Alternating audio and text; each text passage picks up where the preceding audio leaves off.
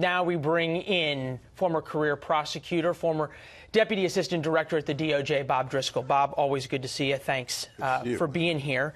All right, from the president, his actions, meaning Flynn's actions during the transition, were lawful. Hard to argue with that. Certainly from what was in the information yesterday that was filed, all that contact between the election and the inauguration, that's, I think, typical. So for as much as everyone is reading into this and the erroneous ABC News report yesterday and sort of this hysteria that suddenly there's now this mass conspiracy, this could be as simple as Mike Flynn, granted a four-star general with a distinguished career, being really stupid, for lack of a better term, and lying to the FBI. That's what's there now. I think what's leading people to suspect there's more there is it's a pretty sweet deal. I mean, if you compare the Manafort indictment to the Flynn information, Special Counsel Mueller pretty much brought the wood on Manafort. And Manafort and Gates might be sitting there going, gee, what's Flynn know that we don't? And a lot of those, lack of FARA filings, tax issues were likely there with Flynn as well, and none of that showed up. The speeches he gave in Russia, the money he took from them, the money he took from the Turks, this alleged kidnapping thing, all this. And so all that stuff's not in there, and so the question becomes, why not, and does he have something valuable enough to get that good a deal from the Special Counsel's office? There's all the innuendo and sources and sort of conspiracy out there, but then there's also what was in the court filings. I want to read one of those to you. These facts do not constitute all the facts known to the parties concerning the charged offenses. They're being submitted to demonstrate that sufficient facts exist that the defendant committed the offense to which he's pleading guilty. If you were Ty Cobb, the president's lawyer, you read that, you think what? Well, for a lot of reasons, I think that I'm still worried about all that Turkey information and all this other information about Flynn and why none of that made it in. And clearly the Special Counsel's office is reserving the right to come back with more information, even about these false statement charges, never mind the other things. So, there's still a risk there's more out there. You hear the White House keep saying, sources inside the White House keep saying they're very worried. We heard Garrett Tenney at the White House saying the White House is pretty anxious about what Flynn might say.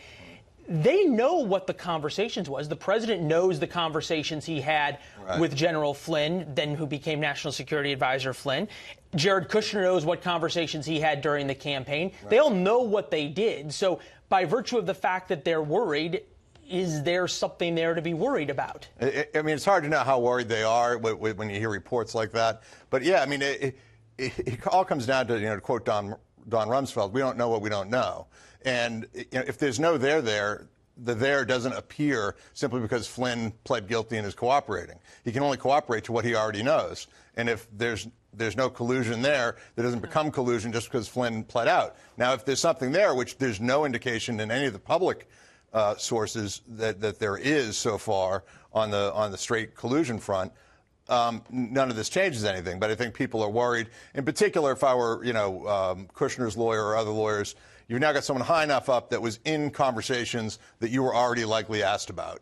And so if Flynn gave a different description of any of those conversations than they did, then that's a false statement risk. It's not a substantive crime. Which is exactly what they got Flynn on. Risk. All right, real quickly, I want to get you on record on this. Fox News just now confirming that the Special Counsel's office, that's Robert Mueller's office, has removed Peter Strzok, who was an FBI investigator tasked to Mueller for allegedly making conversations or having text conversations that were negative to President Trump. Not saying that he did anything wrong, but that somehow this puts a cloud over the investigation. This a blip or something more?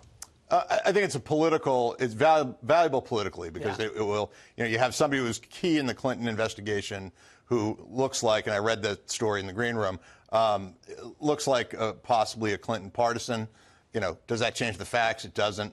But it certainly will give the president, as we've already seen, it did not take him long to jump on that story and get that out. Well, it also brings up sort of a question of propriety and sort of how smart you are if you're a senior FBI agent investigating things. And one would think that you would have sort of the decency to not put your political views in text messages. But as we've seen, decency doesn't always trump things in this town. Bob, always good to see you. Great insights. Thank you very much.